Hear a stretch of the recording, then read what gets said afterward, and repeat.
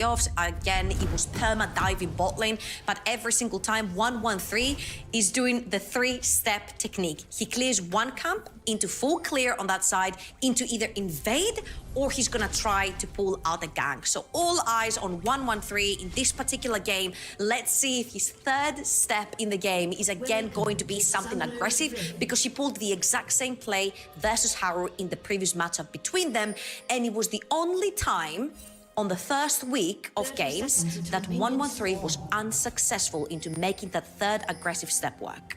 Yes, he's done it every E-Masters game, if I remember as well, this kind of third move being the aggressive move, which is slightly telegraphed, which is the downside to this. Haru should be aware that this is how 113 plays, and the team, well, it's on the side of XM to kind of either track where 113 is to make sure they know where this play is going to go down, so that there can be some kind of response. Because if you do stop this play from actually working, it really stunts the growth of 113 early. And it actually looks like KC are going for an early invade, but that ward has spotted them out.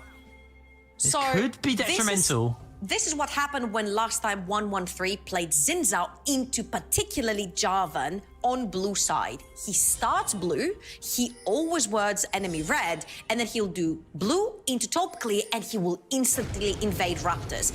Haru though is gonna start from the red side, so that means that he's going to take his red buff and potentially go straight into Raptors, and then 113 will not have a way to invade him and he can continue his path towards the bot side of the map. Again, Haru, we have praised him a lot from the NOC.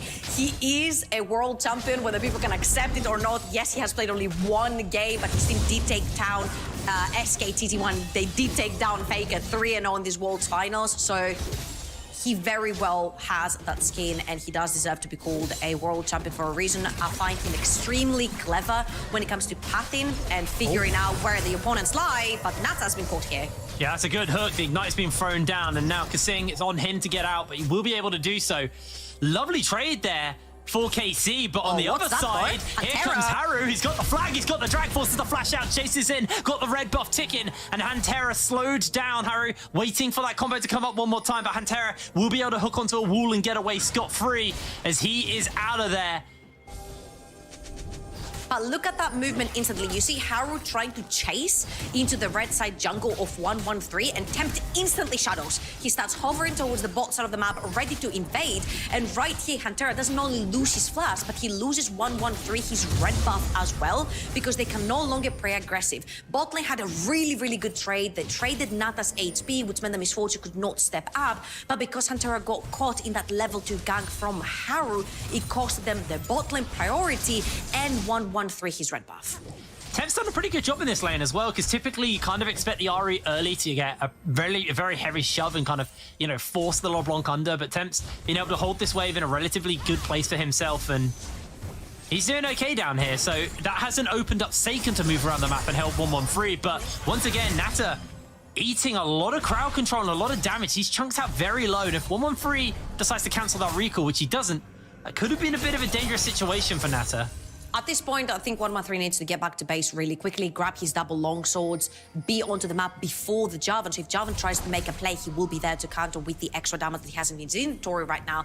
But remember that Haru is still hovering towards the bot side of the map. He's not going to allow Hantera and Reckless to get that early reset that they really like. He's not going to allow Hantera to be unlocked onto the map, which means that 113 for the time being is going to be moving around. All of this is just to keep the tempo rolling for his bot lane, allow his bot lane to choose whenever they want to reset first, because what Hantera really loves to do is get that really early recall, really early reset together with Reckless, and whilst Reckless is walking back bot, you'll see Hantera on the top side of the map, which is not the case right now. 113 yet again with a red Raptors invade. 113 is in that Raptors though, taking that away from his counterpart. He has been spotted, yes, there is a ward that caught him out. Just teleporting back into the mid lane. Don't expect to see any plays here, although they haven't seen him leave the jungle, so they know he's about, and Haru will have the knowledge that someone's about, spotting him out. Did catch on to him for the moment, but it's actually Seiken who's got the first move. Haru gonna get knocked up. Needs to try and get his way out, but he flags, he drags, and he's out of there, unless 113 wants to flash, but he's not gonna do so. Haru able to get away with his life.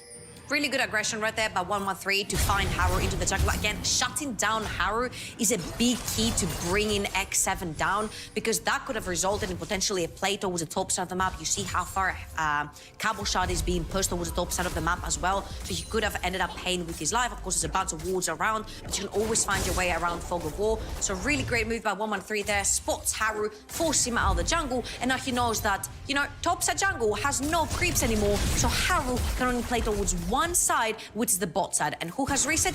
Karmine Corp has reset, which means that they're going to be able to get out scot-free because there's not going to be much pressure. There's no one there to be ganked. Nasa's actually been back to base, picked up the Ionian boots as well, so a bit of an additional cooldown. Reckless with a triple longsword for himself in that lane. But it's been a pretty tempered start to this game. Honestly, I kind of expected a lot more aggression just because of how 113 does play early, and I guess he has been relatively aggressive, and Haru has been trying to make plays elsewhere on the map.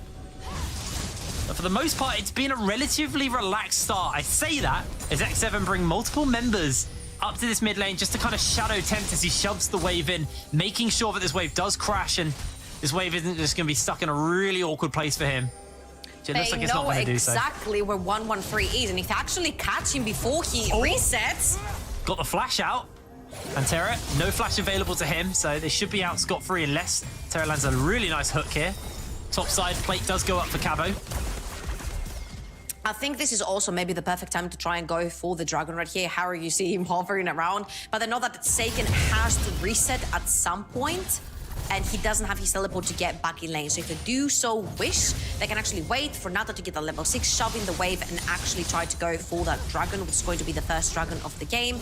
But because Seiken has not risen, he still stays in lane. Haru is just going to continue farming towards the top side of the map. I think level 6 is going to be very important for both of these junglers. The charm is going to be dodged.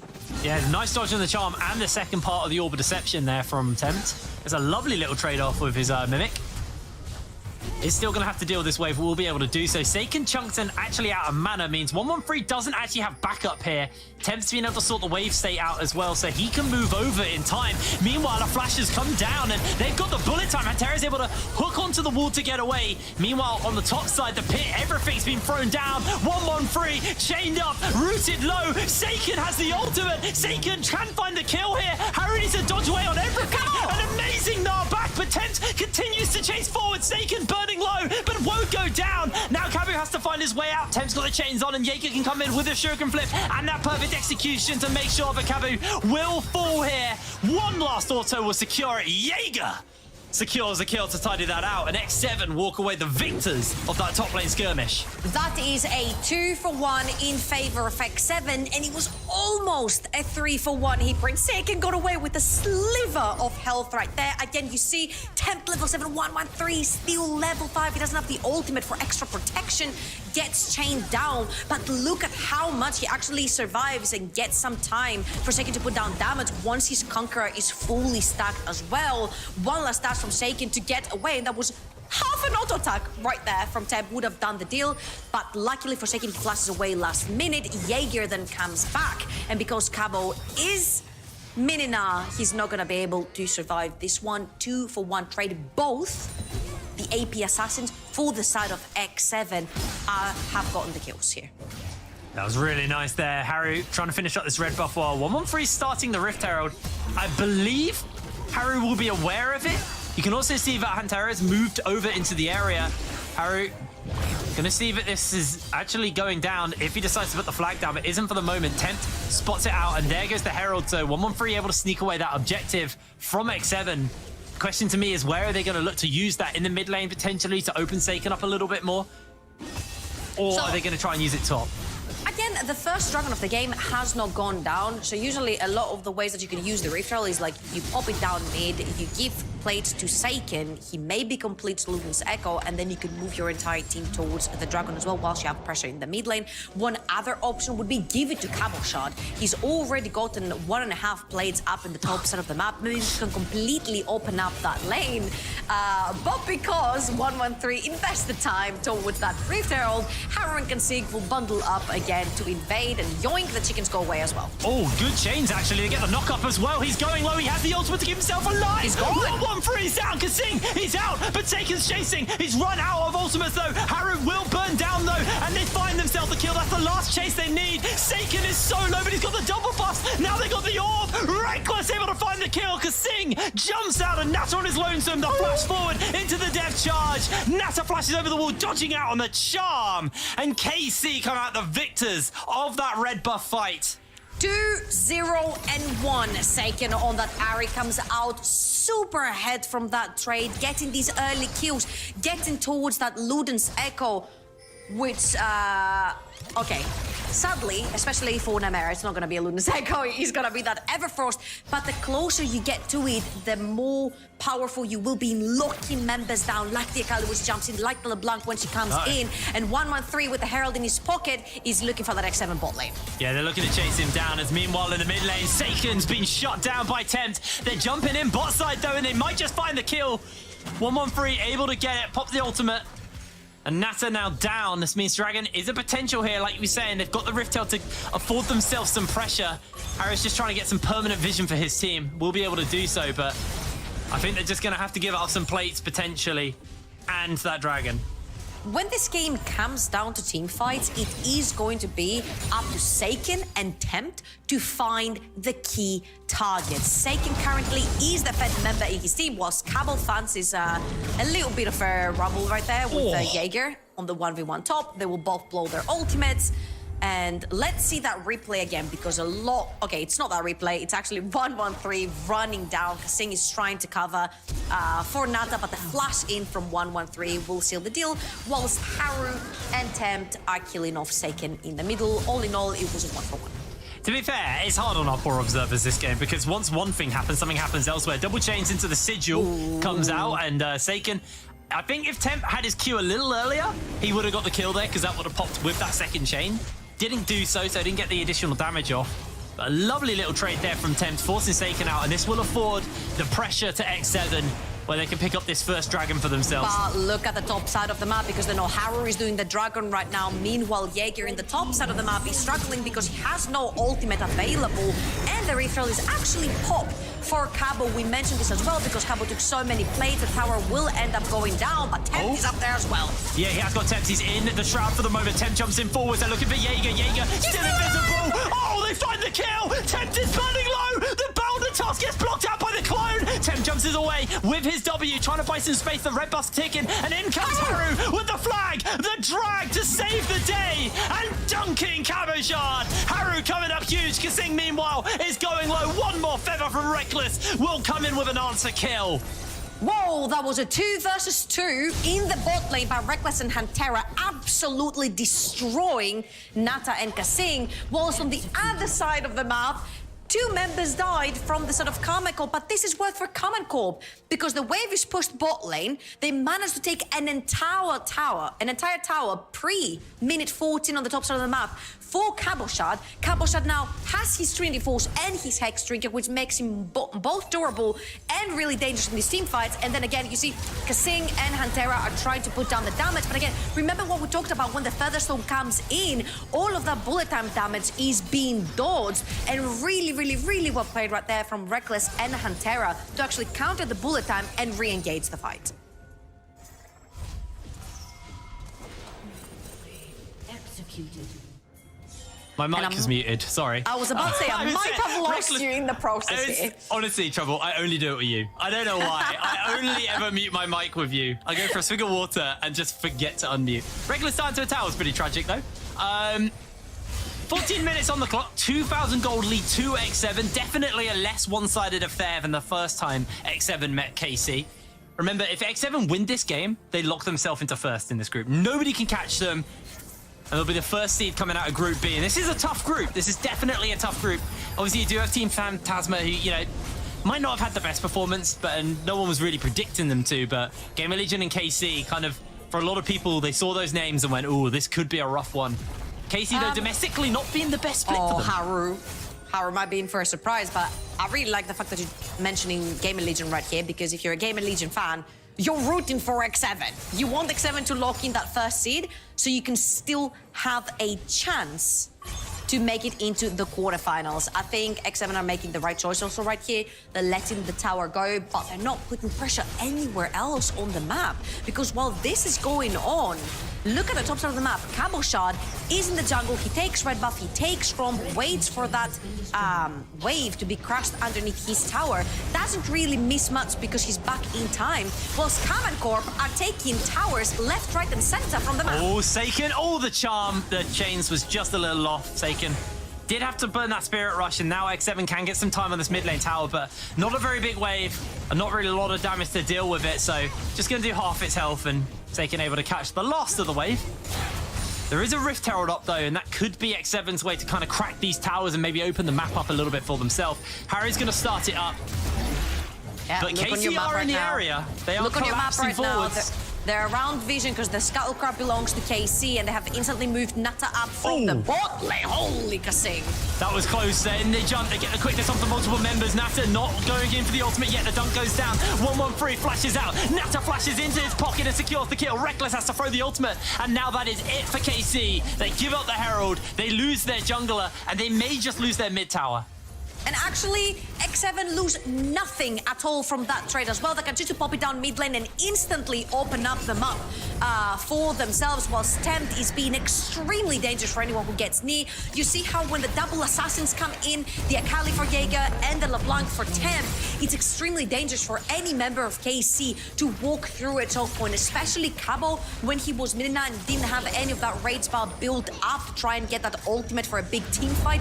They couldn't walk in, and we're gonna get the replay again right here. Kasing, I'm gonna say that was intentional dodge onto the anchor right there, but the second 1-1-3 and Hunter tried to go for an engage, Kasing is actually extremely slippery onto that Rakan. You see that Reckless has to actually defensively pop the ultimate to not allow Tempt and Nata to move any further into this choke point, which means they end up losing two members. So they're losing one member and forfeiting that Rift Herald, which opened up at the mid lane tower for X7. Nata does want to get the reset off and is actually down on items right now to Reckless, who's finished up the Eclipse, got that Warhammer in the pocket as well. So if a fight breaks out, there is a few areas in which X7 are at a disadvantage, even though at the moment it feels like they're in a pretty good position. Gold even pretty close though. The Tempt's just going to jump over the wall, land a little bit of poke off onto KC. Double sigil. Remember, this is going to be the battle of the AP assassins. Whoever kills the first. Oh, Jaeger able to find the kill. Kasing jumping in, jumping out of the fight. Lovely little assassination off here as Cabu gets a lot of damage off into Kasing. But it doesn't matter. It doesn't matter because three members of X7 are chucked down massively. And right now, KC are having a free ticket into the mid lane tier 1 tower. They are indeed, but Tempt and Haru are on that flank though, so there is still an option. There is still an area to play around. Dragon up on the map as well. It does look like this is X7's point of attention. Want to get their second dragon for themselves and get that ever step closer towards that dragon's soul. We'll see what the soul is going to be here. The dragon goes down, and we are looking at a Hextech soul for this team. And honestly, we talked a lot about the junglers and what they provide for their teams. So far, 1-1-3 has been able to provide some short-time frontline for his team, but he's been getting absolutely popped by Tempt and Jaeger. If you look at the top side Cabochard, the first item that he completed was the Hex Striker. The only member that he was scared of is Akali and LeBlanc, because they can actually both get inside the Xin Zhao ultimate and inflict damage to the Xin Zhao. So I feel like just the Merc trades right here for 1-1-3 are not enough to keep him alive. Jaeger will be safe right here. I think 1-1-3 really needs to start banking on some magic resistance really quickly, because he is the main frontliner for his team. And we saw that in the previous fight as well. The second he pressed his charge button in, he instantly disappeared without even being able to use that ultimate button. It's definitely been a rough game for 1-1-3, and this kind of harks back to something we were talking about as well with KC's. In the Karmine Corp, they're very good at playing whatever style they decide to play, but they feel like they only have plan A. They never have a plan B to fall back on, and it feels like, yes, 1-1-3 playing aggressive didn't work, and now what do they do? So again, we fall back to the back-to-back champion. Seiken is the only OG member of the 2021 Spring Champions. Karmine Corp, the only remaining member is Seiken. And right now, he's got a lot of money in his pocket. He's got the Everfrost. He's going for the Banshees as well to be able to withstand either that engage from Kasing or the extra damage coming in from Tempt. You need to start banking on that MR, and this is exactly what Seiken is doing. But that means you're forfeiting a little bit on the damage department, and you're the only AP damage dealer in your team as the Ahri with a lot of the money on you. So the Everfrost into potentially the Banshees is not going to be the high burst Ahri that we used to see. Wait. Whilst yoink. Ahri just stole that. I was a yoink. He just slid in and stole that, but he may lose his life for it. Looking to flag and drag his way out, and Harry will get away scot-free. Very greedy. A little bit, but he comes out scar-free, so that's all that matters. 113, though, is looking for those chickens. Of course, it is a trade, but what? Harry's just going for the trade. They've got the quickness, they got the dunk, they got the knock-up. They're chasing in for more, baby. Slowed down by the Make It Rain and Tempt, who dash in one last time with the distortion and pick up a kill. The actual patience on Tempt to wait until 113's ultimate was down and then go in for the kill. 1 and 6, unfortunately, for the KC jungler. Every single attempt of an aggressive play has backfired. And again, you see the two solo laners for X7, 4, 1 and 4 for Tempt, 3 and 1 for Jaeger. They're going to be a big nuisance in these team fights to come, and my eyes fall straight into Cabo. They fall straight into Seiken.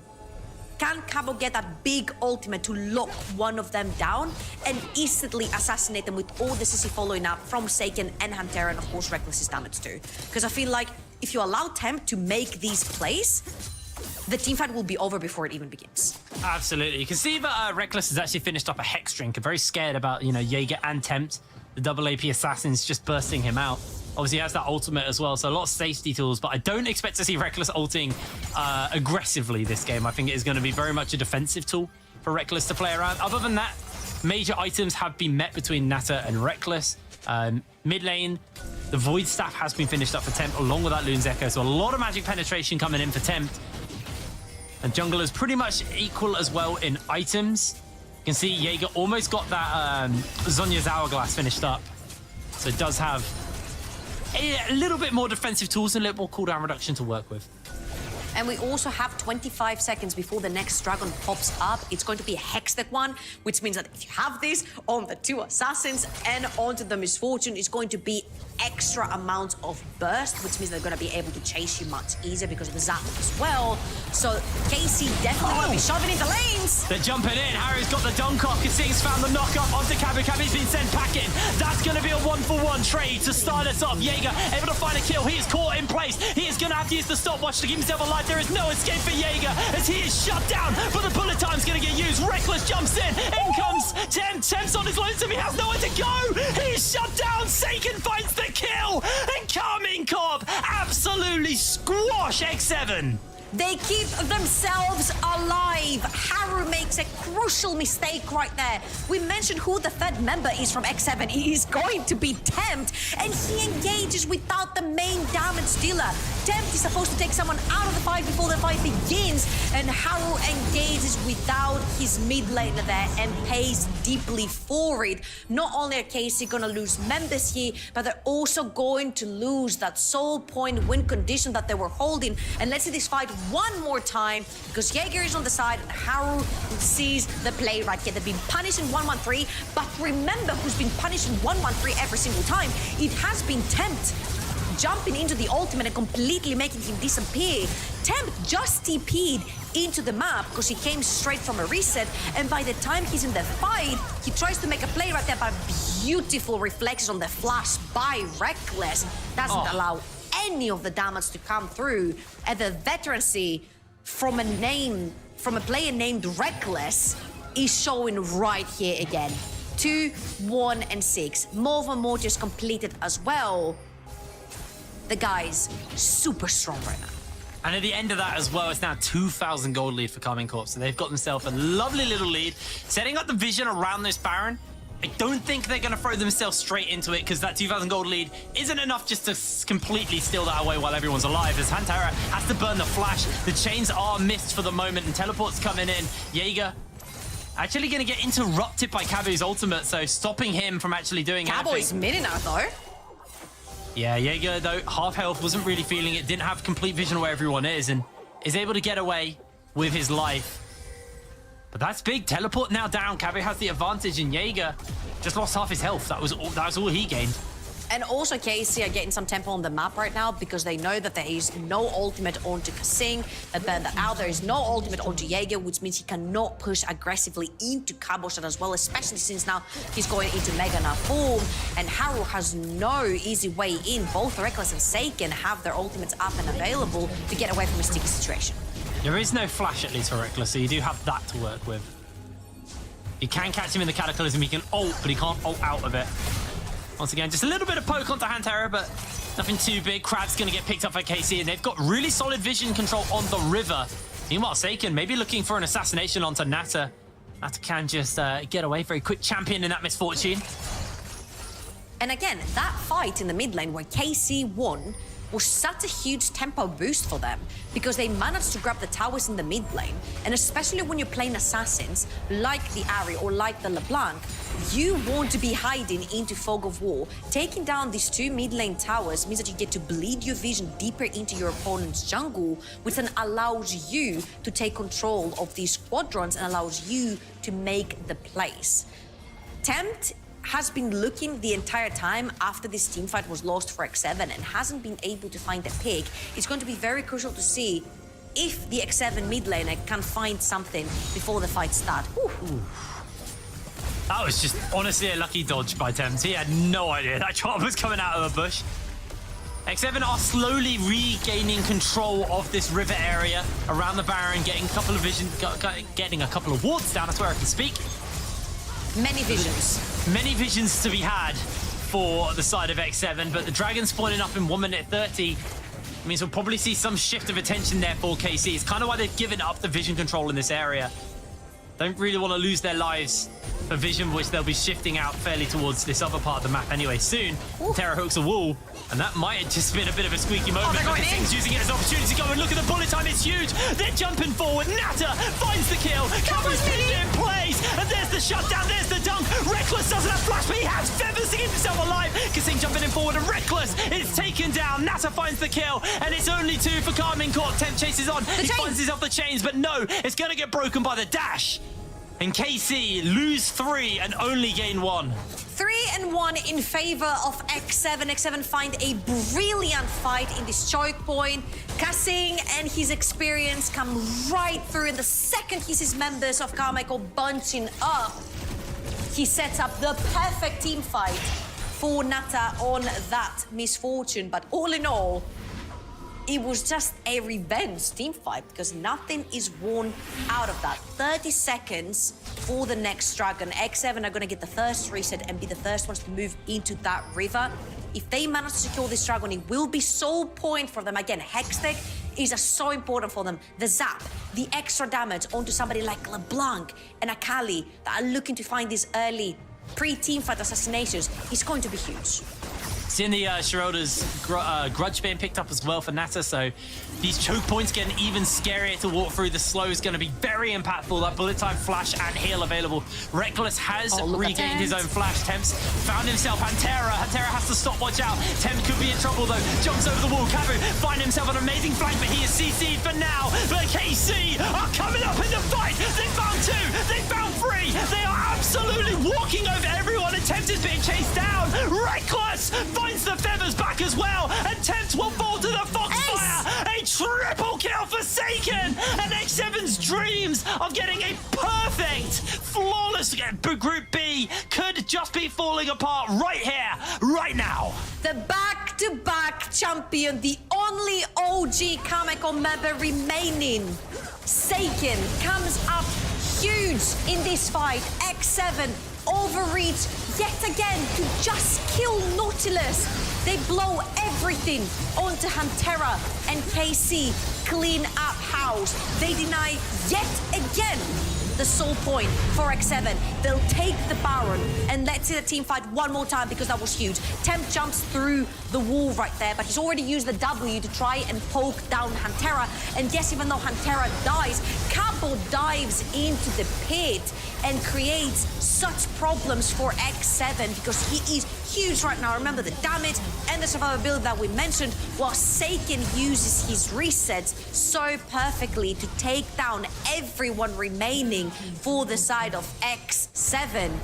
Seiken and Cabo, the two solo laners from Karmine Corp, coming in huge in this team fight. Yeah, an absolutely amazing performance of Cabo. He's got a 2-level lead over Jaeger, and you're just sitting there, half helping him with a little trade. Cheeky proc of that W passive. Just doing so much damage to Jaeger. Jaeger's going to get slowed down heavily, but a lot of damage coming out, or a lot of slows coming out from Nata, as Jaeger actually jumped in forwards that was there. used. That was big, but they find themselves a knockout. The bullet time onto Seiken. He's burning low. The tower shot will shut him down. Kassin cashes in on the gold, but it doesn't matter. The RE is down. Baron stripped off one member of KC. That is huge right here, Heat Brain, because they're taking down a tempo that KC had. You've taken your second dragon, you've taken the Baron, and you're expecting a push to happen on the map. The only remaining outer tower there is for X7 is that top lane tower. Seiken overextends a little bit, gets instantly punished by X7.